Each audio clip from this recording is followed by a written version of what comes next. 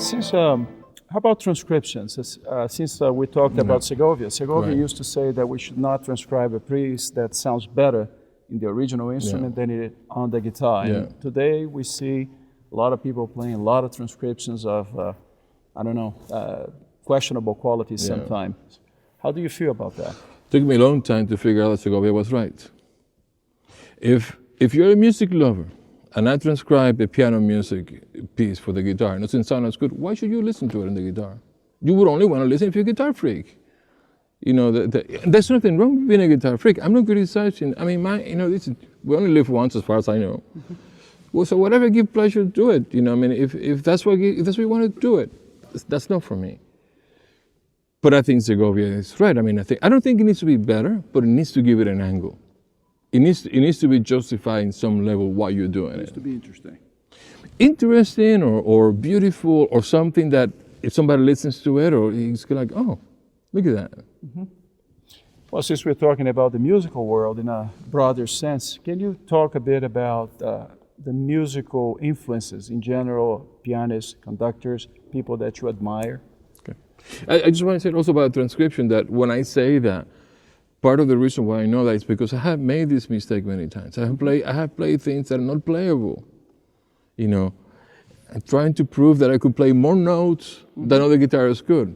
And then at one point you're looking and say, really? Is that so important to me to show, you know?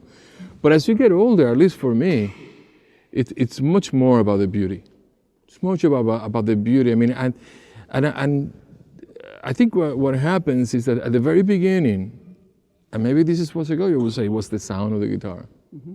You know, then at one point you realize it's more than the sound, that there's music, that it's even more interesting. Nothing wrong with the sound of the guitar. Mm-hmm. But then you realize at one point that there's another level, it can become art. And then that's a different level. Because then we're talking about what we express compared to any other art, you know. And that's to me, that's the ultimate, you know. So, I forgot the other about musicians that you admire in general, non-guitarists. Non-guitarists? People that were very influential in the way you think about music. Well, you know, I mean, I've learned from a lot of different people.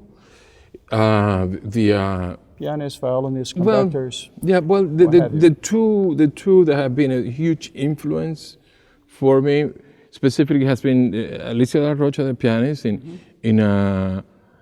Spanish music, and Gustav Leonhardt in harpsichord. But things happen sometimes. For example, with Villalobos. Speaking of which, you know, speaking of Villalobos, I one time heard a recording of Cristina Ortiz. Changed my view completely of what Villalobos was about. Which, by the way, I think is one of the most misunderstood composers in the guitar. I don't think people understand the depth of this man, you know, and so. And then it's like that. This happened with Cristina Ortiz. I mean, I remember, for example, you know, just big, huge influence were Alicia Rocha and Gustav Leonhardt. Now, sometimes I remember being in a festival in France somewhere, and it was an outside concert, and Paco Lucia was playing. And I thought I didn't like flamenco. And as I'm approaching, walking to this place, I hear these things like this, like, with this power. I go, shit, you know, I mean, I want some of that in my playing. You know, I want this, you know. I remember, you know, playing with Aldi Meola, you know, and there was a sensuality sometimes, but I think I want that in my playing. I mean, not all the time, eh? I mean, one has to be careful is to hit when hitting is required, and to be sexy when sex is required, not trying to be everything all at the same time. That doesn't work, right? And it's like that recent times, often when I'm thinking Spanish music, for some reason I've been thinking a lot of Plácido Domingo. I don't know why that is. I guess because I talk a lot about singing to my students and myself, and sometimes you can just imagine a certain artist and imagine how they will sing it.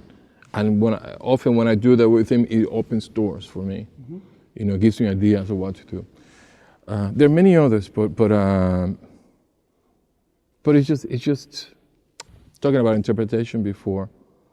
I remember seeing a class with Leonard Bernstein one time, and he was talking about how the interpretation needed to match the music so well, so you could not tell the difference one from the other. That became an influence for the rest of my life. So for me, when I play, my goal is that people cannot hear me doing things to the music, but they just hear music. That they cannot tell the difference, you know? And that became a goal, you know? Last question here. Let's switch to your role as a teacher again. There are many competitions today. Some of your students have won some important competitions.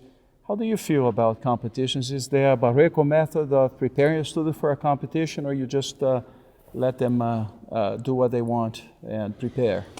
The only, I mean, I'm always, when I'm working with them, you know, they sit, they play for me. I think, what should this person do to make the playing better? And that's the way I'm always doing that. Sometimes you hit walls and you realize, I've said it already 5, 6, 7 times, it's not happening, you know. So, but with competition specifically, what I tell them is, I would just go and play. This is a chance to play for people, and don't change your playing to accommodate, you know. No, you if it's me, I'm gonna die with what I do, what I believe in. So I'm not gonna change my playing according to who's there. I'd rather not do it. How do you feel about competitions in general? I think, you know, necessary evil?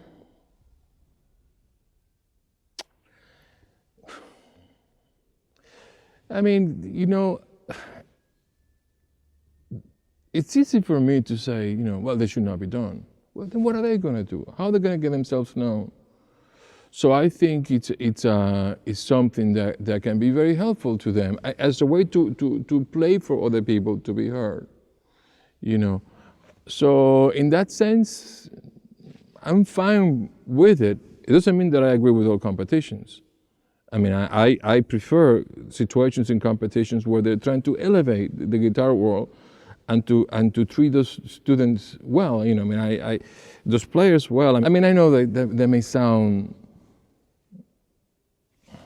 unrealistic or snobbish. I mean, I hope it's not. But I just think that we should treat them. These are young players, and we should help them. You know, well.